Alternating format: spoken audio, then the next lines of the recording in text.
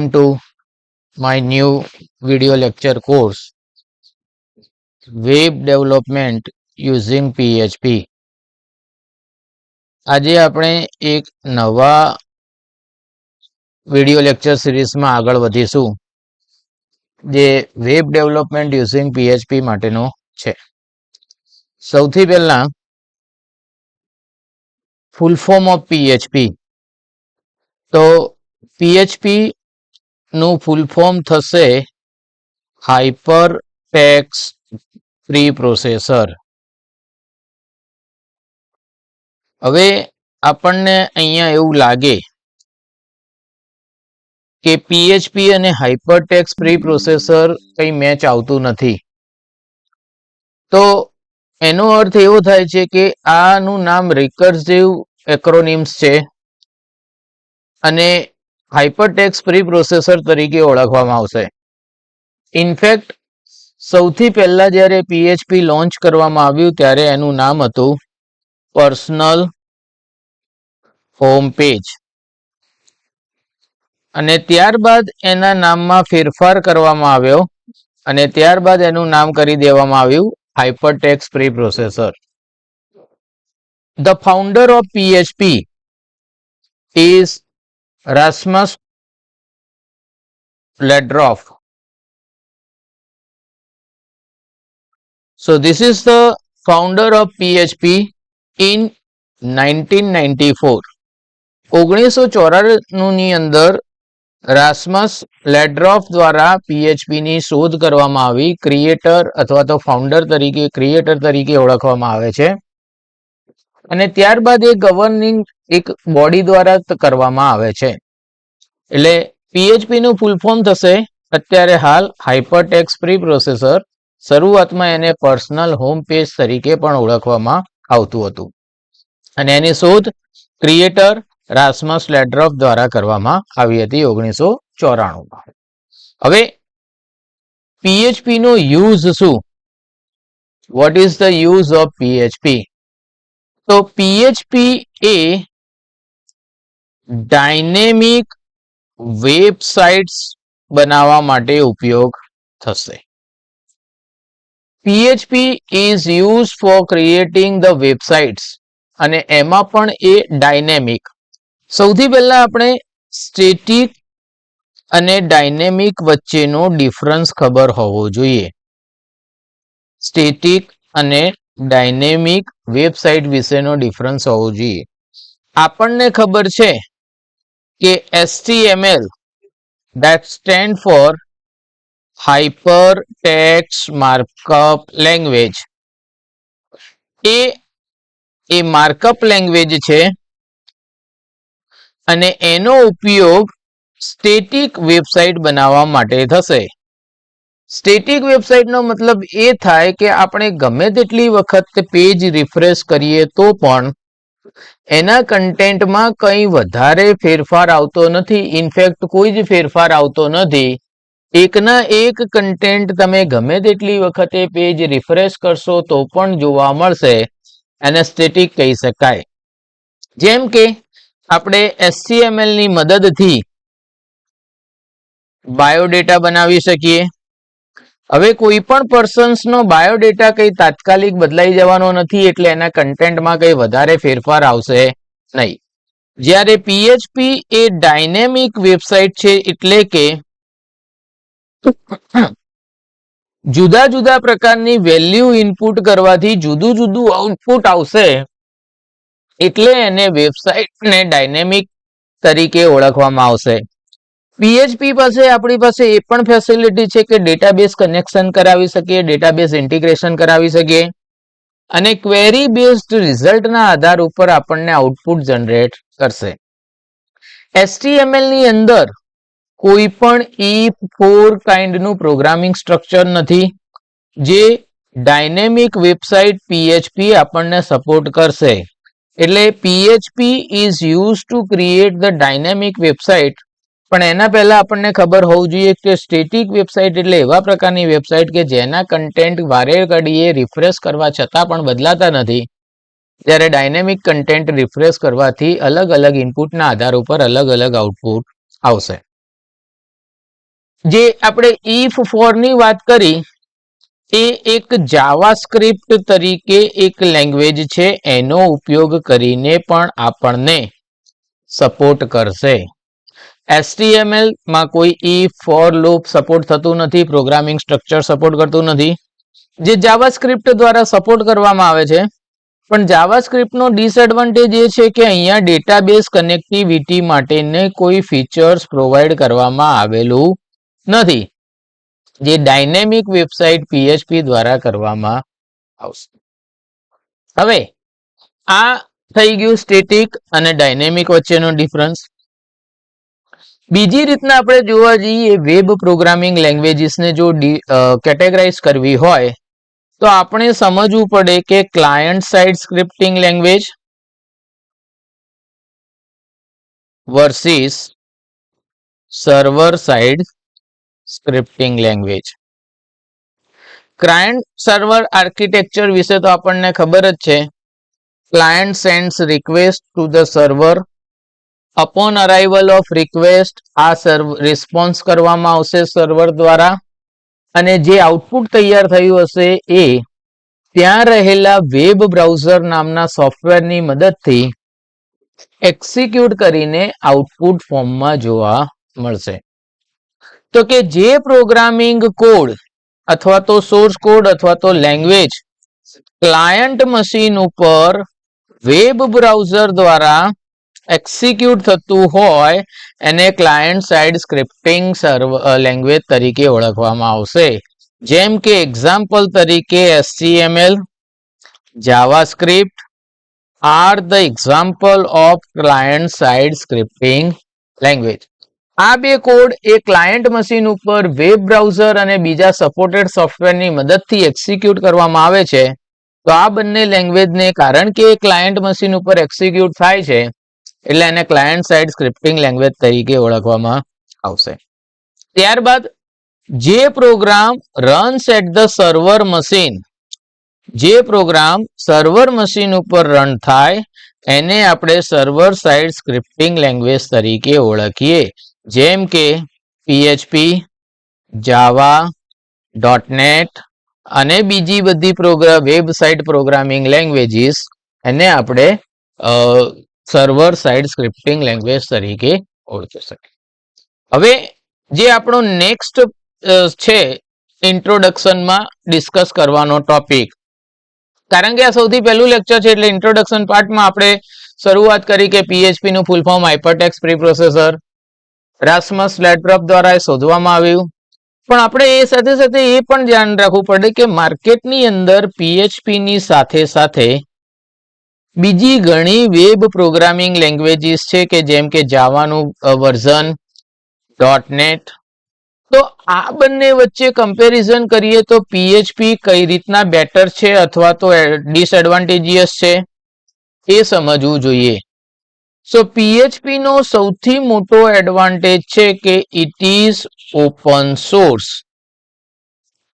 We don't have to pay anything. આપણે કોઈ પણ રૂપિયો પણ ખર્ચવાનો જરૂર નથી PHP સોફ્ટવેર ડાઉનલોડ કરવા માટે અથવા તો ડિસ્ટ્રીબ્યુટ કરવા માટે.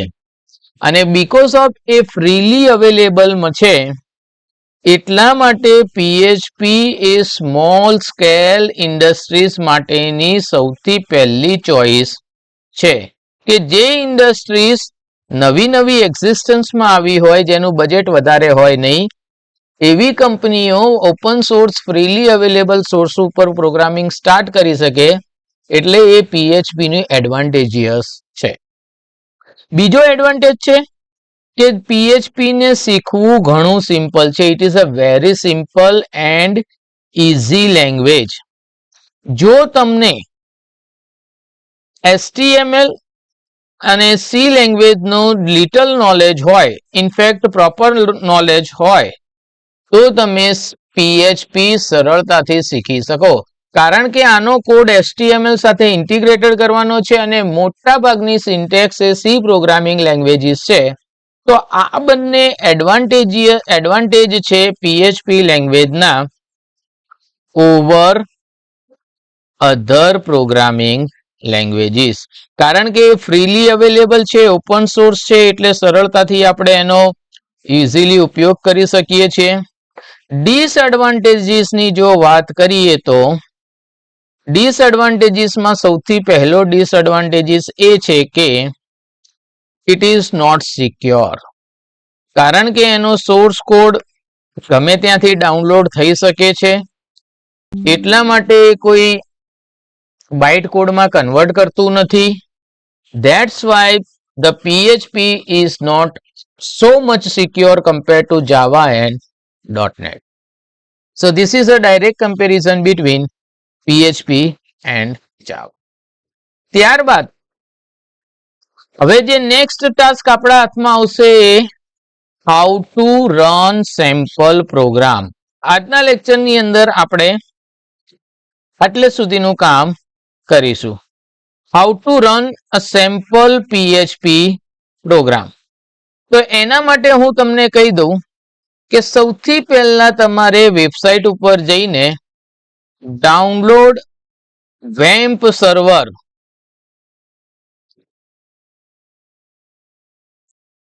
આ જે વેમ્પ સર્વર છે એનું ફૂલ ફોર્મ થશે window base Apache MySQL PHP software package.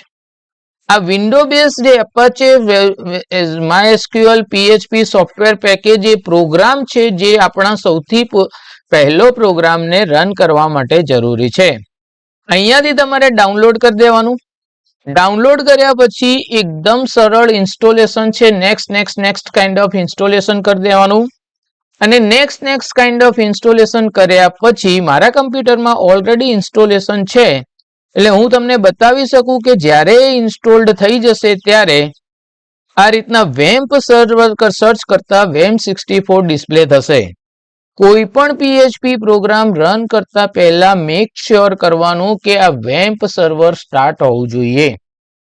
જો વેમ્પ સર્વર સ્ટાર્ટ નહીં હોય તો એક પણ PHP પ્રોગ્રામ રન થશે નહીં. કેમ કે અહીંયા આપણે શું કરીએ છીએ કે આ વેમ્પ સર્વર એક વર્ચ્યુઅલ સર્વર આપણા કમ્પ્યુટરમાં બનાવીશું, જેથી તમારા મશીનનો ક્લાયન્ટ પાર્ટ આ વેમ્પ સર્વરને રિક્વેસ્ટ મોકલશે.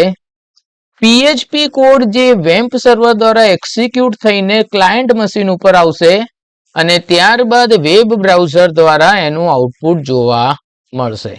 એટલે વેમ્પ સર્વર ફરજિયાત ઇન્સ્ટોલ્ડ હોવું જોઈએ અને જ્યારે તમે એના ઉપર ડબલ ક્લિક કરશો એટલે આ રીતના વેમ્પ સ્ટાર્ટ થઈ જશે.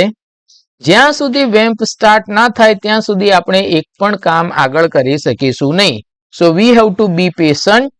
અને ત્યારબાદ તમે અહીંયા જે ટાસ્ક બાર છો એમાં જોઈ શકાશે, જો all services are properly running કે નહીં એ કન્ફર્મ કરવું હોય તો લોકલ હોસ્ટ ઉપર ક્લિક કરીશું એટલે આપણને આ ઇન્ટ્રોડક્શન્સ જોવા મળશે.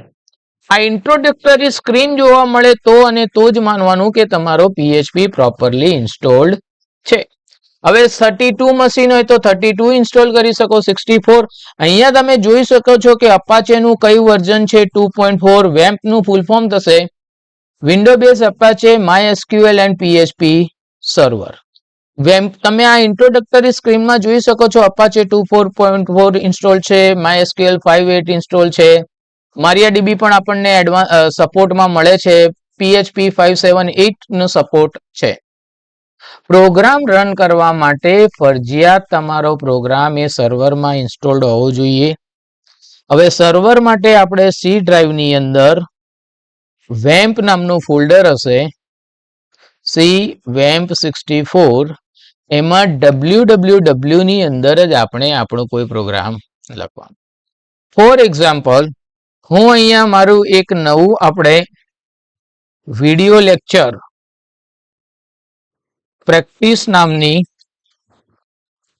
એક નવી ડિરેક્ટરી બનાવીશ અને મારા બધા જ પ્રોગ્રામ જે હું એક્ઝિક્યુટ કરવાનો છે એ આ પ્રોજેક્ટની અંદર આની અંદર જ બનાવીશ. બીજા ઘણા બધા અહીંયા અવેલેબલ છે પણ આપણે વિડિયો લેક્ચરની અંદર બનાવીશું. અને પ્રોગ્રામ સૌથી પહેલો સિમ્પલ હેલો પ્રોગ્રામ માટે આપણે અહીંયા ફાઇલ, ન્યૂ ફાઇલ અને માય ફર્સ્ટ program.php ફાઇલનું નામ તમે ગમે તે આપી શકો, પણ એક્સટેન્શન .php આપવું જોઈએ. કઈ જગ્યાએ સેવ કરવાનું તો એ પણ આપણને ખબર હોવી જોઈએ કે સી ડ્રાઈવની અંદર WAMP64 ની અંદર www નામનું જે સબ ફોલ્ડર છે એની અંદર આપણી જે વિડીયો લેક્ચર પ્રેક્ટિસ છે ત્યાં માય first.php તરીકે સેવ. જ્યારે અહીંયાથી આપણે કોઈ ફાઇલ સેવ કરીશું એટલે અહીંયા માય first.php ફાઇલ આવી જશે અને હવે એને એક્ઝિક્યુટ અથવા તો રન પહેલા કોડ લખવો પડશે. આપણે PHP કમાન્ડ વિશે ડિટેલમાં શીખીશું, પણ હાલ આપણે એક simple message hello from PHP display કરાવવાનો છે. એટલે આપણે લખીશું હેલો ફ્રોમ PHP અને ત્યારબાદ સ્ક્રિપ્ટ એન્ડ્સ. દરેક વખતે હવે ફાઇલને સેવ કરવાનું અને એને એક્ઝિક્યુટ કરવા માટે વેબ બ્રાઉઝર ઉપર જઈને આપણું જે ફાઇલ હતી લાઈક વિડીયો ફાઇલ, આપણે જે ડિરેક્ટરીઝ હતી એ ડિરેક્ટરીનું નામ યાદ રાખવું પડે, વિડીયો લેક્ચર પ્રેક્ટિસ.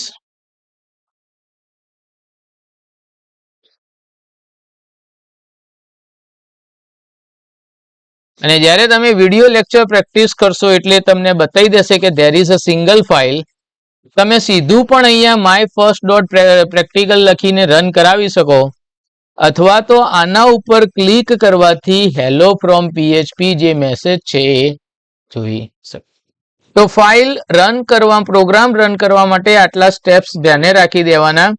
પહેલા તો વેમ્પનું જે પણ વર્ઝન તમારા કમ્પ્યુટરમાં સપોર્ટ કરતું હોય ડાયરેક્ટલી ઇન્સ્ટોલ્ડ કરી દેવાનું.